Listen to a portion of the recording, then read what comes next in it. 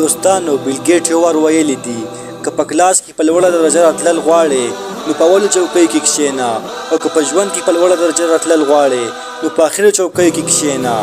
که چیرې یو څوک خر درته ووایي نو ځان خر ومنې او که چیرې یو څوک زمری درته ووایي نو ځان زمری ومنې. پوه چې ستا څخه لوی خر نشته. هغه انسانان به څنګه کامیابه شي چې د نورو په لارو ځي.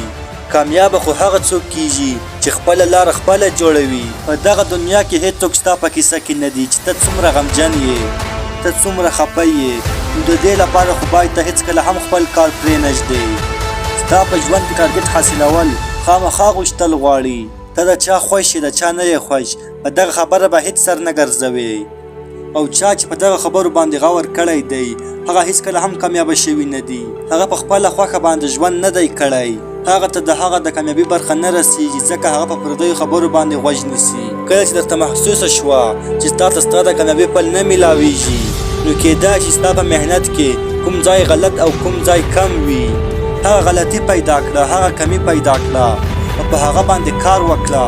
او کامیابه خلک همداسې کوي. هغه په خپلو کمزوریو باندې کار کوي او ورځ هغه په طاقت بدلوي. ته هم خپلو کمزوریو باندې کار وکړه او خپلې کمزورۍ په طاقت بدلې کړه. او په یاد ولره چې کله په ژوند کې د یو شي د ګټلو لپاره ډېر څیزونه له لاسه ووځي نو بیا په هغه باندې غمجنېږه مه، په هغه باندې پریشانه کېږه مه. نن ډېر خلک په پریشانیو کې ګیر دي، ډېر خلک په مشکلاتو کې ګیر دي، ډېر خلک خفه دي، ډېر خلک غمجن دي.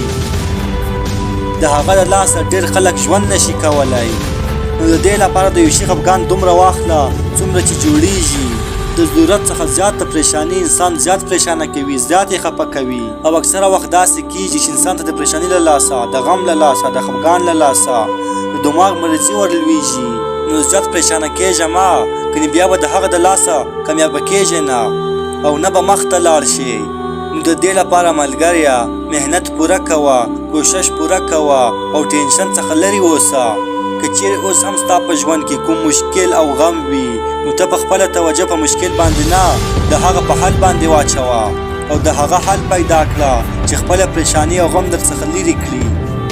که ته هم کامیابي غواړې، که ته هم مخته تګ غواړې، که ته هم په ژوند کې پرمختګ کول غواړې نو هغه څه وکړه چې کامیابو خلکو کړي دي. او په یاد ولره چې کامیابه خلک هېڅکله هم په اول ځل نه دي کامیابه شوي او نه به ته هم په اول ځل کامیابه شې. هغوی هم کوشش کول نه دي پرېښي او ته هم کوشش کول مه پرېږده.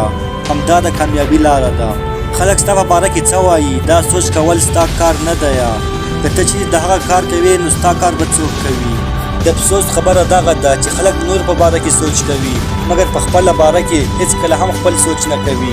هغه نور خلک کامیابه کېدل ګوري مګر په خپله کامیابي باندې هېڅ نه کوي. ځان کامیابه کړه او نورو ته یې ورښکاره کړه چې ته هم کامیابه کېدلی شي. ژوند وکړه او ژوند په کامیابي تېر کړه.